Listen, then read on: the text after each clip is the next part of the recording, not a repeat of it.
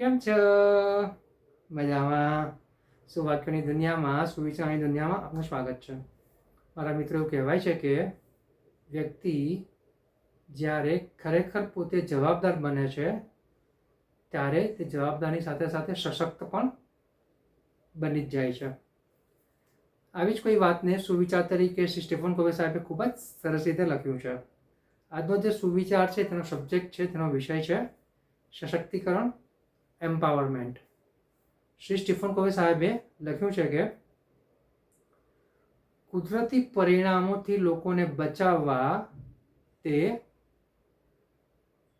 ગેરજવાબદારી શીખવે છે. મારા મિત્રો, વાત વાંકી ચૂકી છે, ઊંડાણવાળી છે અને એટલી જ મહત્વની છે.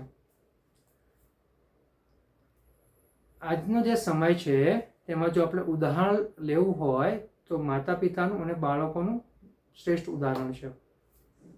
આજના સમયમાં દરેક માતા પિતા પોતાના બાળકોને એટલો બધો પ્રેમ કરે છે કે તેમને જરા સરખી પણ તકલીફ પડવા દેતા નથી.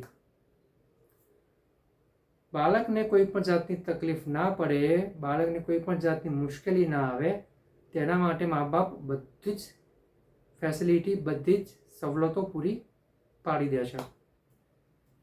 ધીરે ધીરે આ બાળકો તેમના માતા પિતા ઉપર આધારિત થઈ જાય છે અને ભગવાન ના કરે કે જ્યારે માતા પિતા ના હોય અથવા માતા પિતા કોઈ કામથી વ્યસ્ત હોય ત્યારે આ બાળકોને જ્યારે પોતાને એકલા કરવાનું આવે ને ત્યારે તેઓ ખૂબ અસહાય અનુભવે છે. તેઓ જાતે નિર્ણય લઈ શકતા નથી અને આવી જ રીતે તેઓ દરેક કામ માટે મા બાપ ઉપર આધારિત થઈ જાય છે. આ વાત થઈ માતા પિતા અને બાળકોની. આવી જ રીતે આપણે આપણા જીવનમાં જાણતા કે અજાણતા ઘણી બધી જગ્યાએ એવી જગ્યાએ આપણે મદદો કરવાનો પ્રયાસ કર્યો છે કે જ્યાં મદદની કોઈ જરૂર નથી હોતી.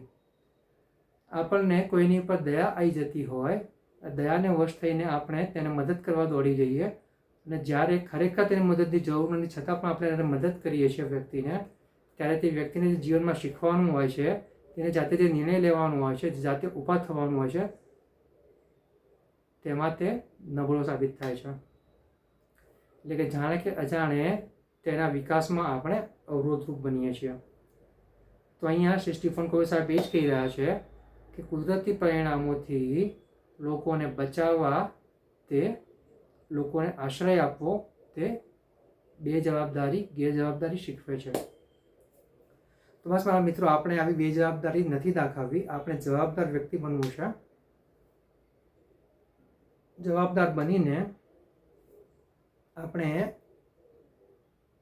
જ્યારે ખરેખર જરૂર હોય ત્યારે જ આપણે મદદ કરવાનો નિર્ધાર કરીએ